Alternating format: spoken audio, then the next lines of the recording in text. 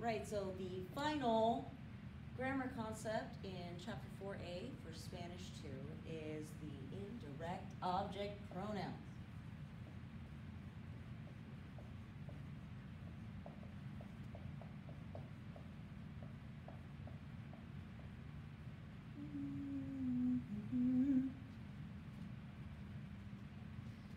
So indirect object pronouns we probably remember solely from when we use the verb gustar in Spanish 1. When we use the verb gustar, we had to put either me, te, for he or she it was le, for nosotros it was nos, and for ellos it was les, to say that this thing is pleasing to me, to you, to her, or to him.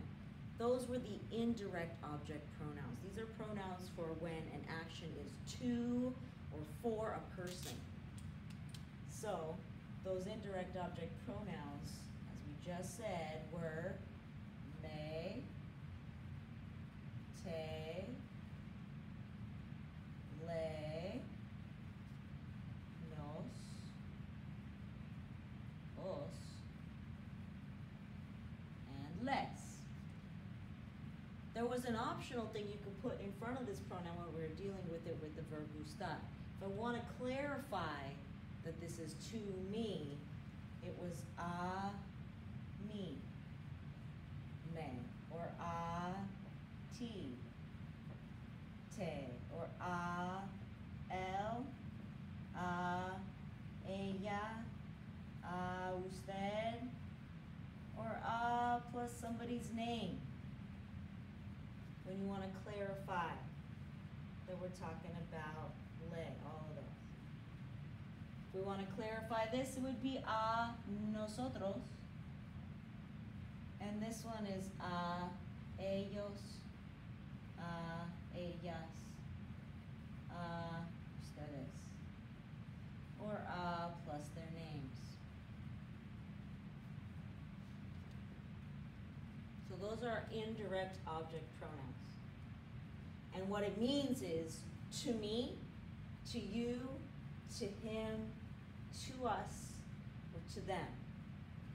In our irregular verb lesson, we talked about the verb decir, meaning to tell or to say.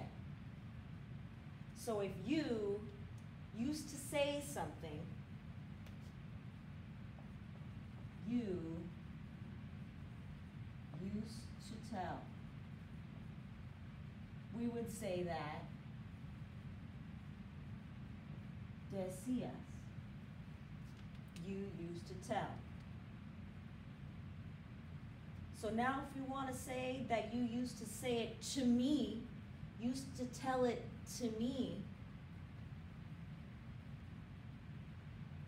then we put the pronoun me in front of the conjugated verb. You used to tell me. You used to say it to me. I am not the thing that you are saying. I am the one you are saying it to. That's why it's indirect. If you used to tell him, the pronoun for telling it to him would be le. Le decías. But does le tell me the whole story? If you just see le decías, do you know who I'm talking about in this sentence? So if I want to clarify that it's a him, I'm going to put my clarifier at the end, which for him would be a, el. Now I know who the le is referring to. That was not necessary here. I could have put on me at the end if I wanted, but me can only be me, so I didn't need it. With this one, if we're not sure who we're talking about, we want to clarify with a el at the end, or a me.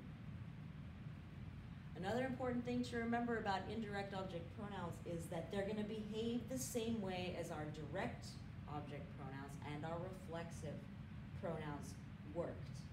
So if you have one verb like this, then the pronoun is going to go in the front. So if there's one verb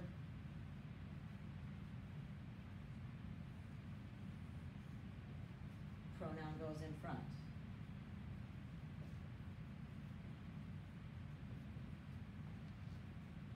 If there are two verbs,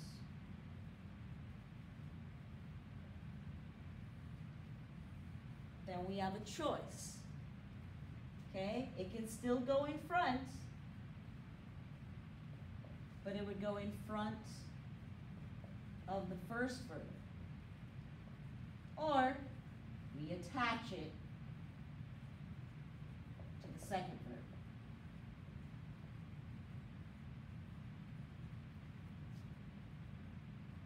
And if we're going to use a command, a to affirmative command like we learned in the last chapter, then I have no choice but to attach it. And we're going to add that bam accent on the third to last syllable when we attach it. So that's how we're going to use indirect object pronouns in this chapter.